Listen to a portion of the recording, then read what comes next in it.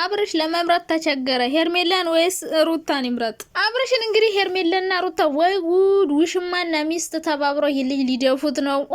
ልጁም አባብጧለኝ። እኔ እንጃ ብቻ በዚህ ሁኔታው አብርሽ የት ሊደርስ እንደሚችል። አብርሽ አሁን ምረጥ ተብሎ ሩታን እኔን ትመርጣለህ ወይስ ሄርሜላን ብላ ስትጠይቀው ሁለታችሁንም አልፈልግም ብሎ እርፍ። አብርሽ ሁለቱንም ማጫወት ይፈልጋል። አብርሽ ሁለቱንም ልታጫውት ነው። ሩታንም ሄርሜንም ማጫወት ይፈልጋል። አረ ወንዶች እንዱ ተሰቃዩ እኮ እናንተ። እና አብርሽ አሁን መምረጥ የነበረብህ ሩታን ነው። ምንድነው አንተ ከውሽማ ጋር በቃ ሄርሜላን በጭራሽ ማጣት አይፈልግም። ገባችሁ? ከሷ ጋር መላላጥ፣ ከዛ ከሩታ ጋር እንዲሁ መነካካት ይፈልጋል። ሩታ ፈልገው አይደለም።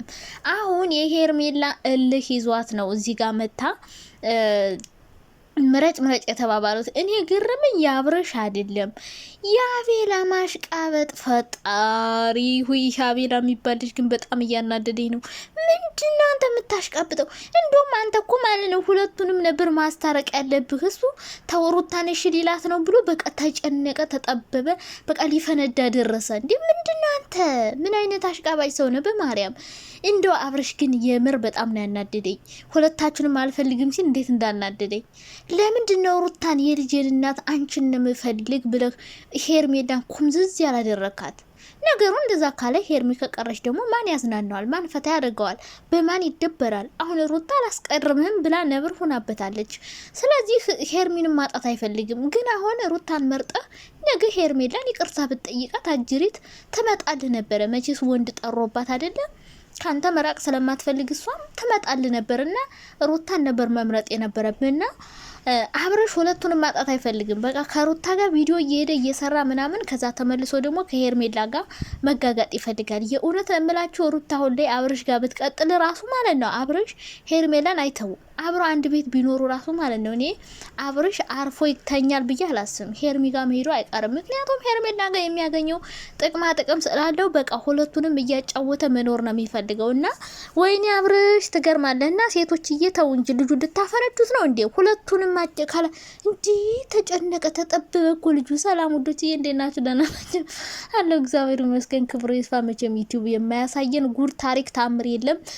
እንግዲህ ሩታና ሄርሚ ፉክክር ላይ ናቸው። ነው ይወስዳሉ። ልጁን ለምን ከሁለት አትቆራረጡትም? ከወገብ በታች አንዳችሁ ከወገብ በላይ አንዳችሁ ብትወስዱት እንደ ሀሳብ ጥሩ ነው ብዬ አስባለሁ። ምክንያቱም ከምትጣሉ ከምትጨቃጨቁ እና ለዚህ ቻናል አዲስ ከሆናችሁ ደግሞ ላይክ፣ ሼር፣ ሰብስክራይብ አድርጉ። ሀሳብ አስተያየት ካላችሁ ኮሜንት ላይ እናስቀምጣለን። በዚህ ቻናል እንግዲህ የምንሰራው ቪዲዮ ሩታን ነው የምንደግፈው። ያው እንግዲህ ሴት መደገፍ አለብን። ምክንያቱም ሴቶች እየተገፉ እየተበደሉ ነው። ወንዶች ደግሞ በጣም በዛን ብለው እየተንጠባረሩ እየኮሩ ስለሆነ ሩታን እየደገፍን እንሄዳለን ማለት ነው።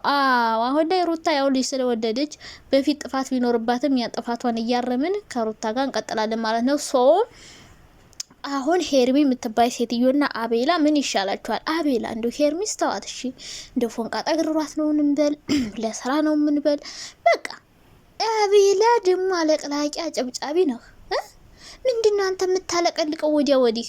በለ አቋም ይኖርህ እንጂና ሩታ እንግዲህ በፉክክር በልህ ያው አብርሽ የኔ ነው እሺ ይለኛል ብላ ነበር አስባ ነበረ። ግን እሱ ሁለቱንም ማጣት ስለማይፈልግ አልመረጠም። ሁለታችንም አልፈልግም ብሎ ረፍ። ለምን? ሁለቱንም ማጣት አይፈልግም። ሁለቱንም ማጫወት ይፈልጋል። ከዚችም ከዛችም እያለ መኖር ነው የሚፈልገው። ሩታን ቢስትለው ከሄርሜላ ሄርሜላን ቢስትለው ወደ ሩታ እያለ እንዲህ እያለ እያለቀለቀ ህይወቱ ይቀጥላል ማለት ነው። እና አብርሽ የምሬን ነው ጥሩ ህይወት አይኖርህም።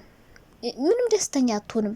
ደስተኛ የምትሆነው ከአንድ ሰው ጋር ከምትወደው ሰው ጋር ስትኖር ነው እንጂ ከዛም ከዚህም ያንን መቅመስ ከየትኛው ጋር ነው ደስተኛ የሆነ የፍቅር ህይወት አጣጥመ የምትኖረው?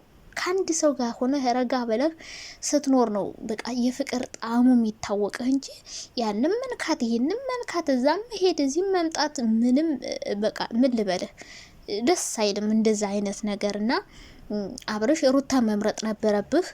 እንግዲህ አንተ ሁለቱንም ማጣት ስለማትፈልግ ሄርሚንም ሩታንም አልፈልግም ብሏል። ለምን አንዷን ከመረጣ አንዷን ያጣል። ገባችሁ?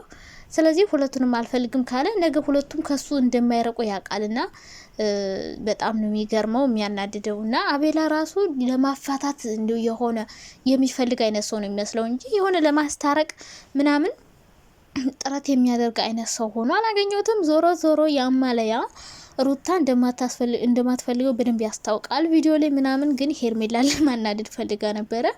ሄርሜላ ደግሞ እኔን ይመርጣል ብላ ስታሞጠው ሙጥ ስታቆዘቁዝ አልፈልግሽም ተባለች። መጨረሻ ግን ሁለቱንም አልፈልግም ሲል ሩታንም አልፈልጋትም ሲል እሷ በጣም ነበር ደስ ያላት። ግን ነገ ሄርሜላን መጥቶ ይቅርታ ቢጠይቃት ትቀበለው ነበር።